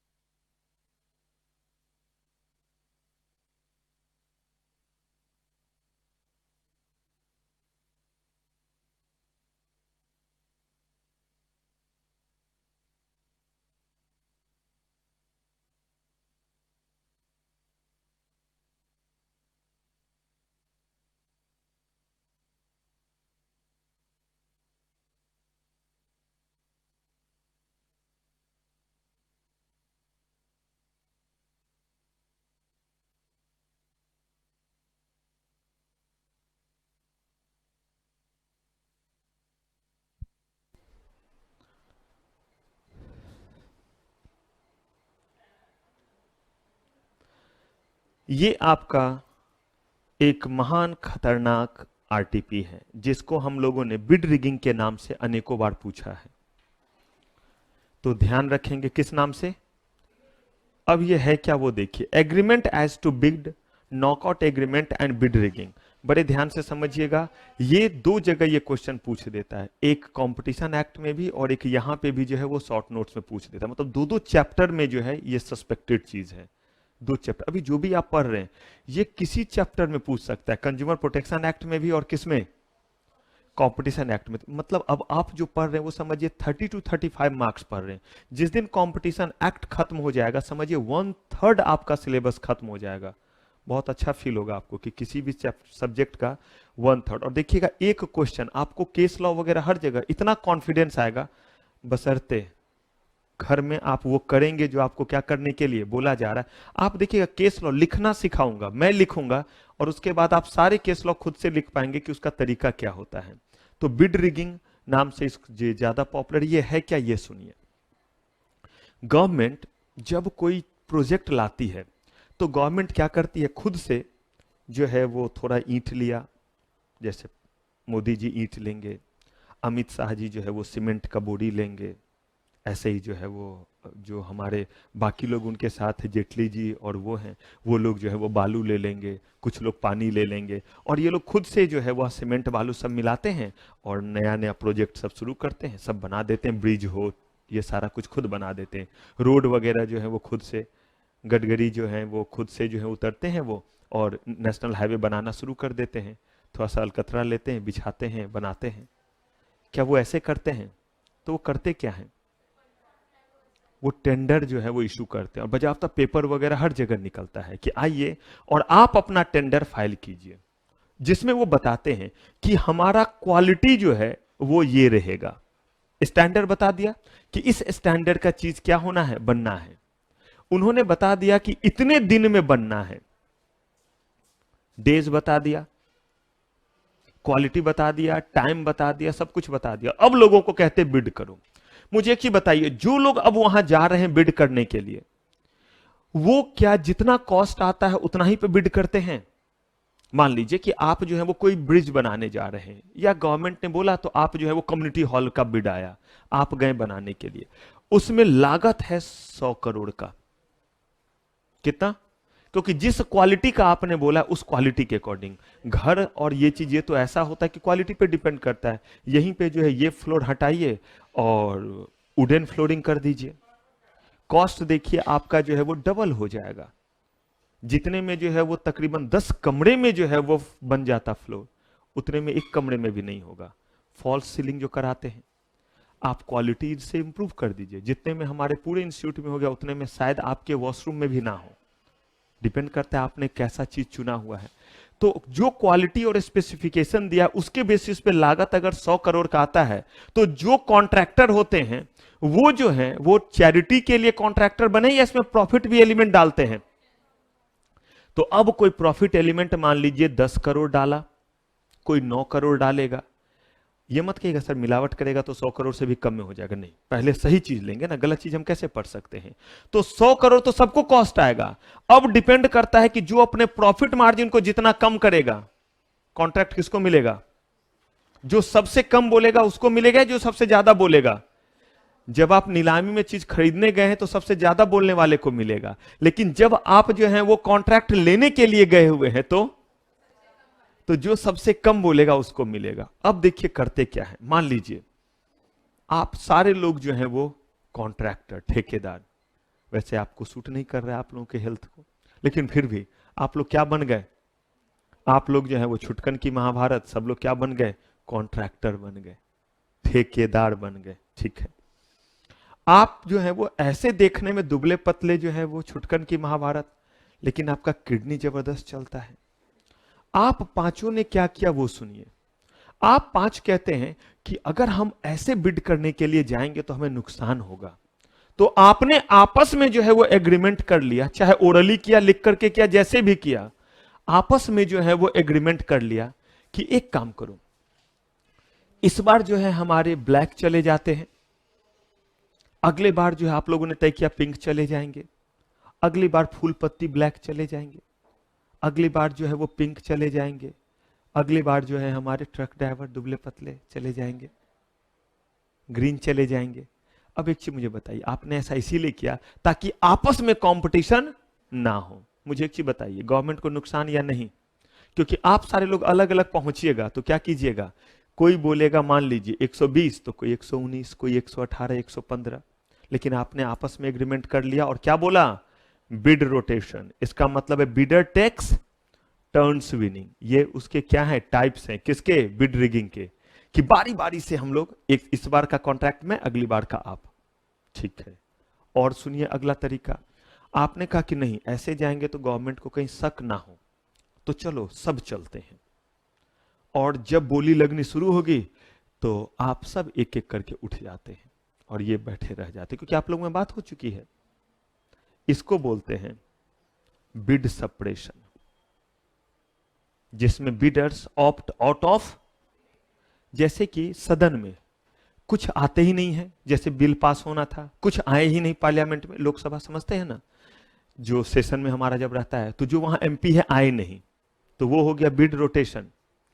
एक जो है वो आए, लेकिन जैसे ही जो है वो 3 तलाक पे जो है वो बोला गया वोटिंग होगी, वो वॉकआउट कर गए, हमें मंजूर नहीं, हमें मंजूर, चले गए।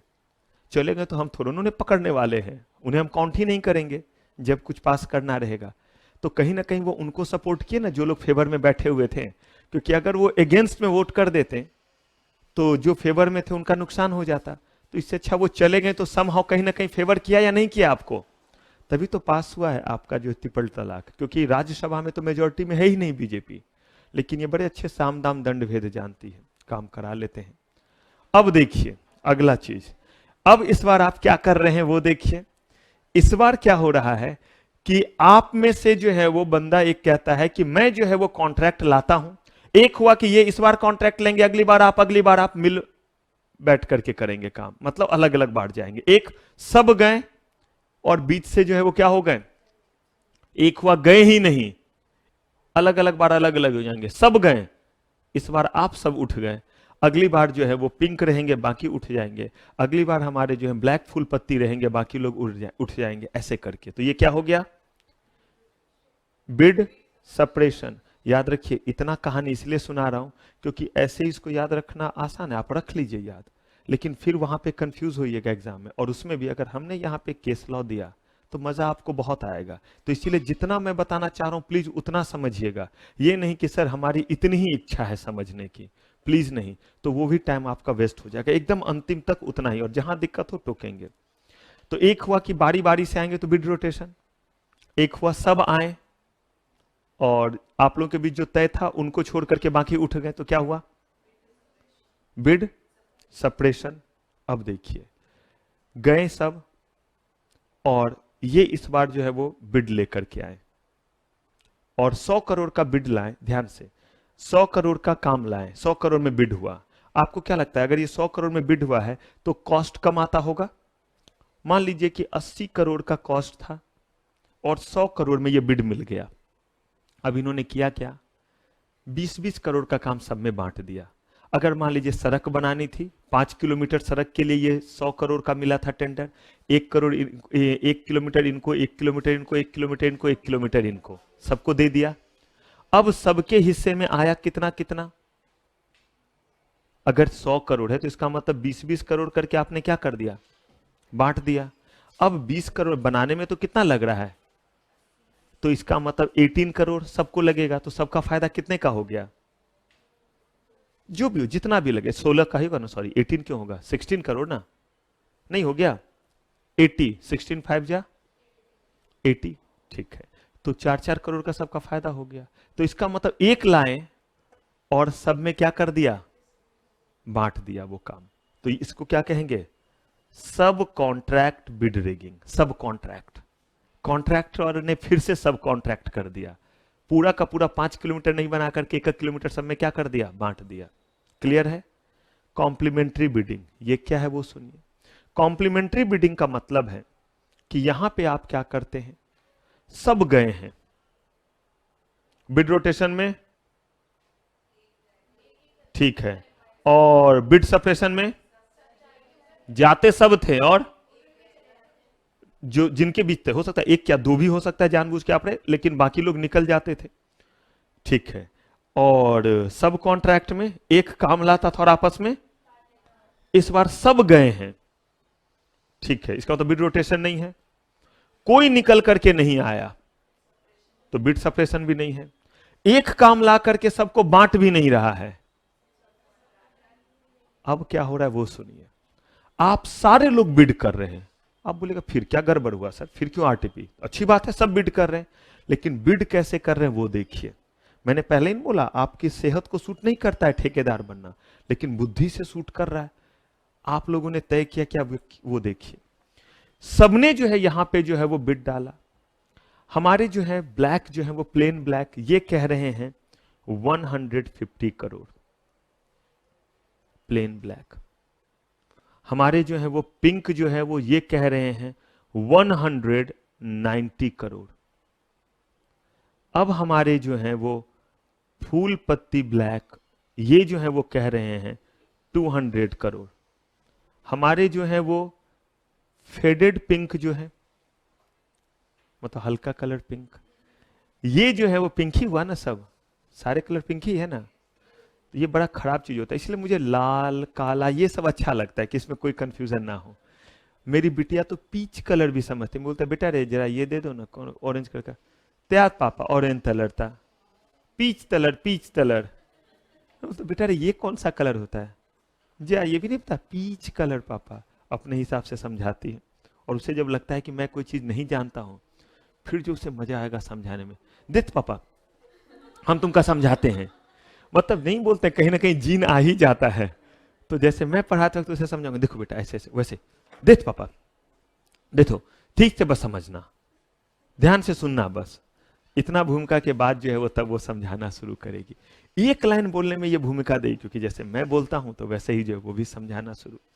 तो अब जो है वो हमारे फेडेड पिंक ये कहते हैं 180 करोड़, और जो ग्रीन है ये कहते हैं 205 करोड़, लेकिन ये कहते हैं कि सारा पैसा जो है वो एडवांस में चाहिए, तब मैं ये कॉन्ट्रैक्ट शुरू करूंगा। मुझे एक चीज बताइए, अब इसका कॉस्ट भी जरा पता कर लेते, इस चीज को बनाने का कॉस्ट कितना होगा उसी अकॉर्डिंग ना। 100 करोड़ का कॉस्ट है जो स्पेसिफिकेशन दिया हुआ है, लेकिन मेरे और आपके बीच में इतने का अंतर है। मिलेगा किसको कॉन्ट्रैक्ट? किनको? हाँ जी, हमारे ब्लैक को मिलेगा। क्यों मिलेगा? क्योंकि इन्होंने 150 बोला है और आप लोगों ने इतना ज्यादा। क्यों? क्योंकि आप लोगों ने आपस में गोटी सेट की हुई थी कि जानबूझ करके आप ऐसा प्राइस बोलेंगे या ऐसा टर्म्स कंडीशन बोलेंगे जो एक्सेप्टेबल नहीं होगा। इसको बोलते हैं कॉम्प्लीमेंट्री बिडिंग। आप इनको कॉम्प्लीमेंट दे रहे हैं ताकि गवर्नमेंट का ध्यान ही नहीं जाए कि 100 करोड़ वाला चीज कितने में देना पड़ रहा है। अगर आप जेन्युइन होते तो बिड शुरू होता 119, 115, क्योंकि एक रीजनेबल ना 10%, 20% का प्रॉफिट लिया जाता है या 50% का प्रॉफिट होता है। इसको कहते हैं कॉम्प्लीमेंट्री। और देखिए आप लोग नियम कैसा रख रहे हैं। ग्रीन देखिए कितने बड़े चौधरी बने, ये कह रहे हैं कि पूरा का पूरा जो है वो 205 करोड़ पहले दो। मुझे एक चीज बताइए, कॉन्ट्रैक्ट में पैसे कब रिलीज होते हैं? आप थोड़ा काम करके दिखा दीजिए, उतने हिस्से का मिलेगा, तब तक आगे करते रहिए। ये बोल रहे पूरा 205 करोड़ अभी दे दो, उसके बाद हम बनाना शुरू करेंगे। तो इनको तो पहले चट और बाहर। इसका मतलब है कि इन्होंने किया क्या वो देखिए, सपोर्ट किया या नहीं किया। और आप लोग जो 190, 180, 210 बोले जा रहे हैं, ये इसीलिए ताकि आपको तो पता है आपको मिलना नहीं है। तो अब इनको कितने, जो सबसे कम बोलेगा उसी को तो मिलता है, तो इनको कितने में मिल जाए। अगर ये किया तो ये भी क्या है, बिड रिगिंग है। इसका नाम क्या है? क्लियर है? तो बिड रिगिंग का मतलब हुआ जहां पे आप बिड के दौरान एग्रीमेंट करके चीजों को मैनिपुलेट करते हैं। अगर आप में से सारे लोग 1 बाय 1 जाते हैं, ऐसा एग्रीमेंट किया, तो क्या कहलाया? सब जाते हैं और जो तय था उनको छोड़कर के बाकी उठ जाते हैं, बिड सेपरेशन। एक जाते हैं बड़ा बिड लेकर के आते हैं, आपस में उसको बांट लेते हैं। सब जाते हैं, सब बैठे रहते हैं, बिड भी करते हैं, लेकिन जानबूझ करके ऐसा कि किसी एक को जो है वो ज्यादा में मिल जाए, या ऐसा कंडीशन रखते। क्या कहलाया? ठीक है, हर तरह से समझा दिया और अब वार्निंग दे रहा हूं। ये बहुत ज्यादा बार बिड रिगिंग पूछता है और बच्चा यहाँ पे हर बार जो है वो डूब के आता है। रीजन ये है कि हमें ये सारे नाम चाहिए रहते हैं, क्योंकि बिड रिगिंग तो एक लाइन में आप लिख देंगे, लेकिन वो टाइप और उसके एक एक लाइन में अगर आप लिख देंगे तो 5 में आपको 4 मिल जाएगा। और नहीं तो बस सिर्फ क्या कर रहे हैं आप, ऐसे ही बिड रिगिंग कहानी सुना करके आ रहे हैं, या इसका उसमें उसका उसमें डाला। ऑब्वियस सी बात है, कुछ दिन बाद होता है बिड रोटेशन में बिड सप्रेशन लिख रहे होते हैं, एक तो पहले टाइप याद नहीं रहता है, गलती से याद रह गया, तो गलती से याद रहता है तो बिड सप्रेशन में बिड रोटेशन में ये उसका। और हमें तो पता है, जब मुझे ये पता है तो उसका मतलब मेरे जैसे लोग तो गाइडलाइन दे रहे हैं कि चेक करते वक्त ध्यान रखना कि बच्चा मामू तो नहीं मना रहा है, इसका उसमें और उसका उसमें तो नहीं कर रहा है। अब डन कीजिए फटाक से। हाँ जी।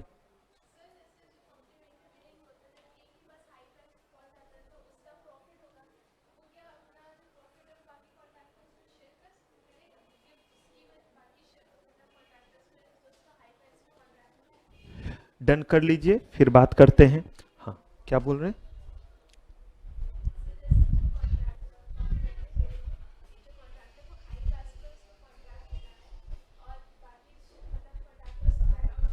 हम्म।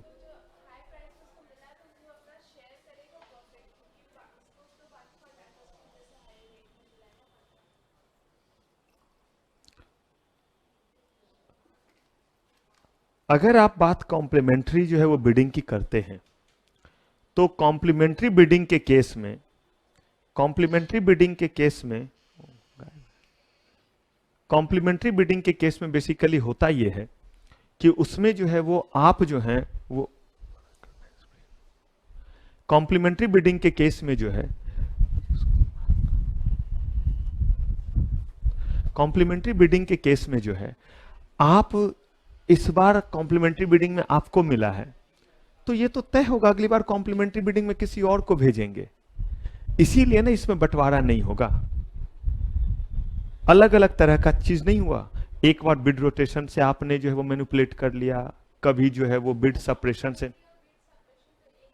कैसे हो गया एक टाइप? उसमें तो आप उठ के चले जाते हैं ना। देखिए, काम एक ही हो रहा है और वो बुरा काम क्या हो रहा है कि आप लोग आपस में प्राइस को क्या कर रहे हैं, मैनिपुलेट। और जो चीज टेंडर सस्ते में होना चाहिए था वो सस्ते में नहीं दे रहे हैं, ये होना, यही कर रहे हैं आप लोग, लेकिन उसी को अलग अलग तरीके से कर रहे हैं ना। एक हुआ उठ के चले गए, एक हुआ कि जो है वो गए ही नहीं, एक हुआ गए लेकिन क्या कर रहे हैं, उठपटांग जो है वो क्या कर रहे हैं, बिड कर रहे हैं। तभी तो इसको अलग अलग नाम दिया है। रिजल्ट तो एक ही है, रिजल्ट वही है कि गवर्नमेंट का टेंडर जो कम में जाना चाहिए था वो क्या हो रहा है, ज्यादा में जा रहा है।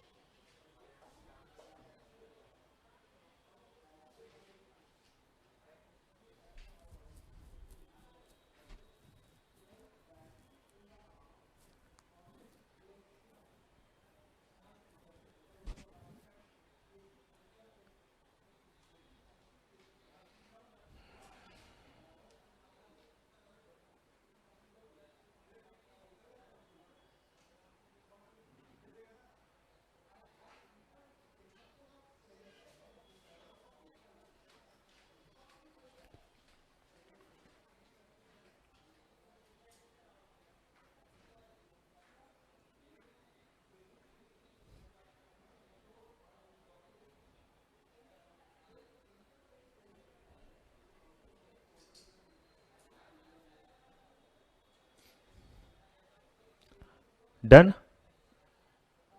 बढ़े आगे, कीजिए, बताइए।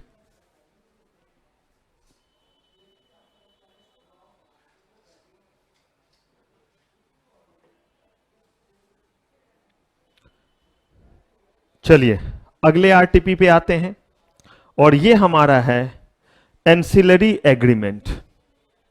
अब ध्यान से समझिए बस इसको, any agreement which is tending towards RTP. और ये तो कुछ नहीं, एग्रीमेंट नोटिफाइड बाय सीजी, जो हमने पढ़ा है वो। और भी गवर्नमेंट के पास पावर है कि और भी किसी, अभी तक हमें नहीं पता, लेकिन हो सकता है कि कोई और कल को एक्टिविटी हो जिसको क्या डिक्लेयर कर दिया जाए, आरटीपी।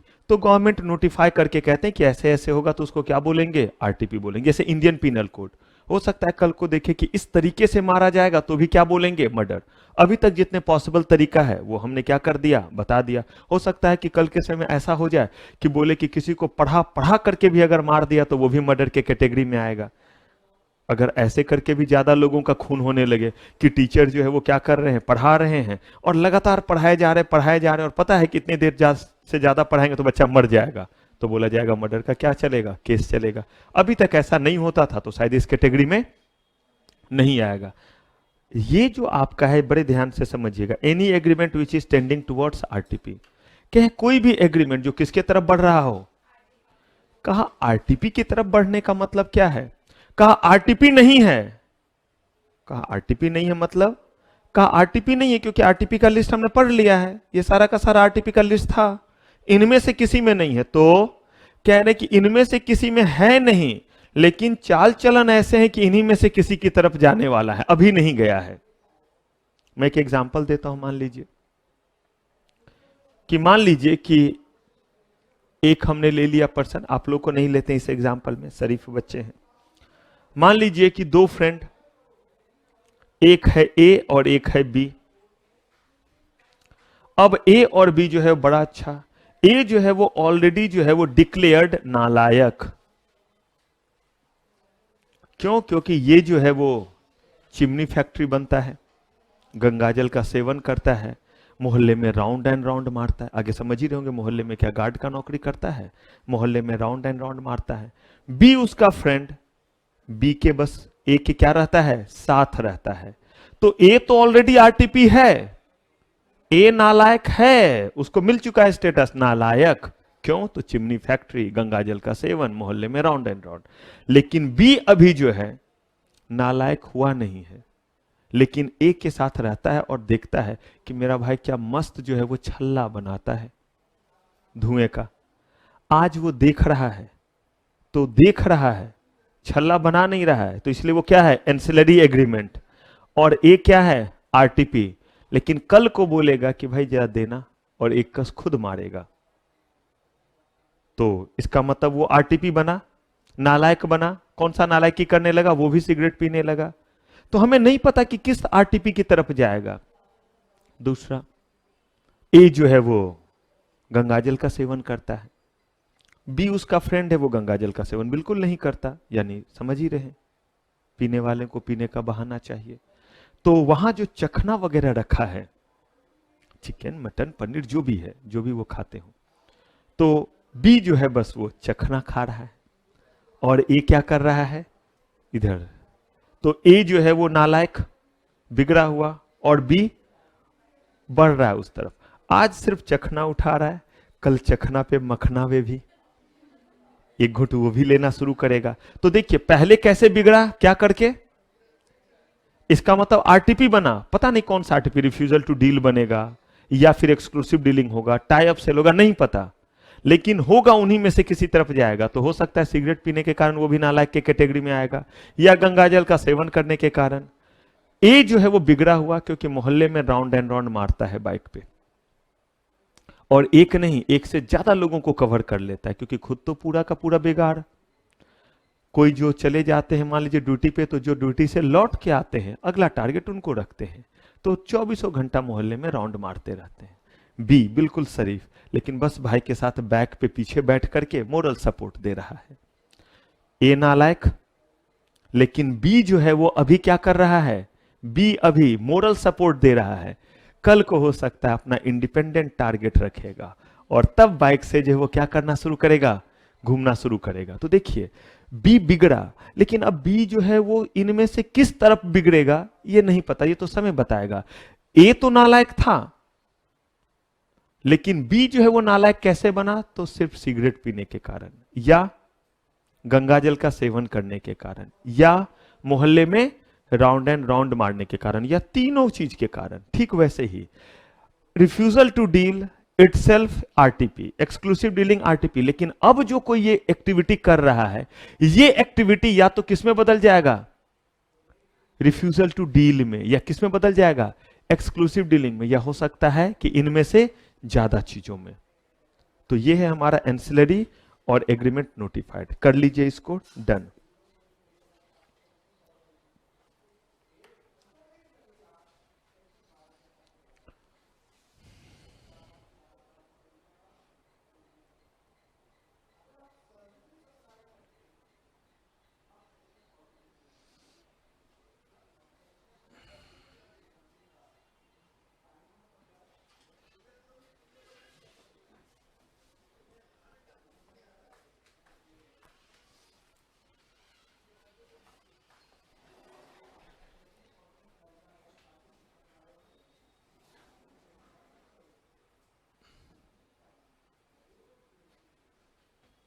डन। अब देखिए हम लोगों को पढ़ना कितने चीज था, 3 डेफिनेशन। कौन कौन सा, पहला रजिस्टर्ड एसोसिएशन जो हमने पढ़ा था, रजिस्टर्ड कंज्यूमर एसोसिएशन, दूसरा आरटीपी और तीसरा यूटीपी। हमने रजिस्टर्ड कंज्यूमर एसोसिएशन पढ़ लिया, इससे जो डेफिनेशन पिक करने थे। आरटीपी हमने पढ़ लिया। इस आरटीपी में ध्यान से अब जरा सोचिए, जरा कोई जो है वो दुकान पे जाए और ये दुकान जो है आर्म्स एम्यूनेशन की है, और जाने के बाद बोले कि मुझे जो है वो एक जो है वो पिस्टल देना, एक AK-47 देना, 20-30 गोलियां देना। और जैसे ही वो बोला, दुकानदार ने बोला नहीं हम आपको नहीं देंगे। फिर वहीं पे दूसरा पर्सन आया, उसने बोला मुझे जो है वो 7 जो है वो 303 देना गोली, 2 जो है वो 203 गोली देना, एक जो है वो रिवॉल्वर देना। उसे दे दिया गया, उसको पूछा भी गया कार्ड से पे करोगे, कैसे पे करोगे। ये बोलता है मुझे नहीं, उसे क्यों दे रहे हो। तो बोला भैया उसके पास जो है वो एसपी के लिखे हुए पेपर भी हैं, इसके लिए परमिशन लेना पड़ता है आपको सिटी एसपी से, तब आप जो इन चीजों को खरीद सकते हैं। अगर आपके ऊपर खतरा है या कुछ ऐसा है तो आप रख सकते हैं, लाइसेंस गन जो आप रखते हैं, और तब आप गोली पिस्टल ये खरीद भी सकते हैं। तो आप मुझे एक चीज बताइए, उस दुकानदार ने एक को नहीं दिया तो क्या उसने रिफ्यूजल टू डील नहीं किया, हाँ या ना। तो ये एक आरटीपी हुआ। लेकिन मुझे बताइए अगर वो ये आरटीपी कर रहा है तो सही कर रहा है या गलत कर रहा है, एकदम ध्यान से, है ये आरटीपी या नहीं है। हमने पहले ही पढ़ा हुआ, कैसे भी किसी को मारा तो वो मारा आपने। अब अगर वो सही है तो अच्छी बात है, गलत है तो सजा मिलेगी। अब यही कह रहे हैं अगर आरटीपी कहीं ऐसा होता है तो या तो वो परमिशन लेकर के है या फिर सजा मिलेगी। तो कहा कि परमिशन कैसे मिलता है, कहा परमिशन, क्योंकि आपके कोर्स में नहीं, बस मैं आपको डिस्कस कर रहा हूं, क्योंकि कंपटीशन एक्ट जब पढ़ाऊंगा ना तो थोड़ा उसका रेफरेंस है वहां पे, लेकिन ये है नहीं कोर्स में। कौन सा चीज, आरटीपी का ये कहानी नहीं है, लेकिन कंपटीशन एक्ट में जो है वो उसकी जरूरत पड़ती है, इसीलिए वो सुना रहा हूं। कहा कि फिर हम ये करने किसी को कैसे दे रहे हैं, कहा इसीलिए दे रहे हैं क्योंकि 2 चीज को फुलफिल करना पड़ता है। पहला, आप जो वजह बतलाएंगे वो वजह जो है हमारे उस गेटवे में शामिल होना चाहिए जो हमने बनाया हुआ है, और हमेशा आप इस बात के लिए अथॉरिटी से परमिशन लेंगे जिसका नाम डायरेक्टर जनरल है। यानी कि आप अगर किसी को सामान नहीं बेचना चाहते हैं तो आप इस आरटीपी को करने से पहले क्या कीजिए, परमिशन लीजिए और उन्हें बताइए कि क्यों हम इनको सामान नहीं बेच रहे, क्योंकि ये 1 नंबर के धोखेबाज है। एग्जाम्पल है, ये 1 नंबर के धोखेबाज है, बेईमान है। इनके पास जैसे ही जो है कोई सामान आता है ये उसका डुप्लीकेट बना करके बेच देते। पिछली बार मैंने इनको जो है एक खिलौना दिया था, मेरा खिलौना कम बिकता है, डुप्लीकेट बना बना करके आधे दाम में बेच रहे होते हैं। इसलिए मैंने बोला कि अब मैं इनको टॉय का सप्लाई इनके दुकान में नहीं करूंगा। मुझे क्यों बताइए, वजह जेन्यून, लेकिन ये वजह जेन्यून है ये तय कौन करेगा, हमें हमेशा अपना वजह जेन्यून लगता है। आप अगर लेट से आएंगे तो भी आप बोलेंगे कि आप जेन्यून हैं, क्योंकि आपके पास अपना वजह है। आप अगर जल्दी आएंगे तो भी आपके पास आप जेन्यून है, आपके पास अपना वजह है। आप जो है वो नहीं जवाब देते हैं तो भी अपने अकॉर्डिंग आप जेन्यून बोलिएगा, सर आपको पता है इतने सुबह जाते हैं आते हैं, इतने सब्जेक्ट हैं, ये है। आप अपने अकॉर्डिंग हमेशा जेन्यून होंगे, लेकिन आपको जेन्यून होना पड़ेगा ऑथोरिटी के अकॉर्डिंग। आपको एक्सप्लेनेशन देना पड़ेगा ऑथोरिटी को। जो आरटीपी करेंगे तो हमेशा बोलेंगे कि नहीं नहीं मुझे ऐसा लगा इसलिए मैंने ऐसा किया। कहा गया ऐसा लगा और ऐसा किया नहीं चलेगा, तो बोला क्या चलेगा? कहा गया कि आप डायरेक्टर जनरल के पास आइए और वो तय करेंगे कि क्या सही में ये वजह जेन्यून है, क्या ये गेटवे सही में जो है वो सही है, गेटवे मीन्स रीजन। और अगर उन्हें सही लगा तो वो रजिस्टर्ड कर लेंगे कि आप ये आरटीपी कर सकते हैं, ताकि कल को आपके ऊपर कोई फाइन पेनल्टी ना लगे। और आप अगर बोलेंगे कि हमें परमिशन मिला हुआ, ये देखो लेटर, कहीं आपने लेटर झूठा टाइप कर लिया तो, स्टाम्प लगा लिया तो, कहा कि कोई बात नहीं है। तभी तो जो है वो रजिस्टर्ड जो है वो डायरेक्टर जनरल का उसमें ये मेंटेन है कि इस पर्सन को हमने रिफ्यूजल टू डील करने की इजाजत दी है, इस पर्सन को हमने एक्सक्लूसिव डीलिंग का इजाजत दी। एक्सक्लूसिव डीलिंग, आर्म्स एम्यूनेशन हमारे देश में बनता नहीं है क्या? सारा आर्म्स एम्यूनेशन गवर्नमेंट खुद बनाती है? जी नहीं, प्राइवेट प्लेयर बनाती है और गवर्नमेंट को सप्लाई करती है। तो उन्होंने गवर्नमेंट को सप्लाई किया, हमें आपको नहीं दे रहे। गए बोला 2-3 ग्रेनेड देना, ले लो पैसे, नहीं दे रहा है, और यही जो है वो गवर्नमेंट को दे रहे हैं। तो कहा ये तो एक्सक्लूसिव डीलिंग हो गया। कहा भैया इसकी इजाजत मिली हुई है। अब ये बात समझ में आया? तो हमने आरटीपी पढ़ लिया, हमने जो है रजिस्टर्ड कंज्यूमर एसोसिएशन पढ़ लिया, और क्या पढ़ लिया? आरटीपी। अब इसमें हमें देखना है तीसरा डेफिनेशन, और वो तीसरा डेफिनेशन हमारा क्या है? Unfair trade practice. एक बार अभी यहीं तक में रुकते हैं। अगर आपने पढ़ लिया रजिस्टर्ड कंज्यूमर एसोसिएशन तो इससे कैसे क्वेश्चन आएंगे हमने डिस्कस कर लिया। आरटीपी से जो क्वेश्चन आएंगे वो दो तरह के, एक सीधा सीधा पूछ देगा right short notes on RTP, तब उस केस में हम क्या करेंगे? आरटीपी को बस डिफाइन करेंगे, ये वाला लिखेंगे और लिखेंगे there are various kind of RTP या एग्जाम्पल ऑफ आरटीपी, और तब सबको एक्सप्लेन करने की बजाय क्या करते जाएंगे? लिस्ट बड़ा करते जाएंगे। Refusal to deal, exclusive dealing, tie up sale, full line forcing. हाँ, एक एक लाइन, एक एक वर्ड, कुछ नहीं लिखना है उसके भीतर। 3 मार्क्स का है तो, अगर 5 मार्क्स का रहेगा तो एक लाइन, 2-3 का लिख देंगे, बाकी का जितना ज्यादा नाम लिखेंगे उतना ज्यादा मार्क्स मिलेगा। मतलब वर्टिकल की जगह हॉरिजेंटल बढ़ाइए, टाइप ज्यादा से ज्यादा लिखिए। ये नहीं कि एक के भीतर जो है वो 5 लाइन लिखे जा रही, ये नहीं कि बिड रिगिंग को पूरा पेज भर दिया, उससे मार्क्स नहीं मिलेगा।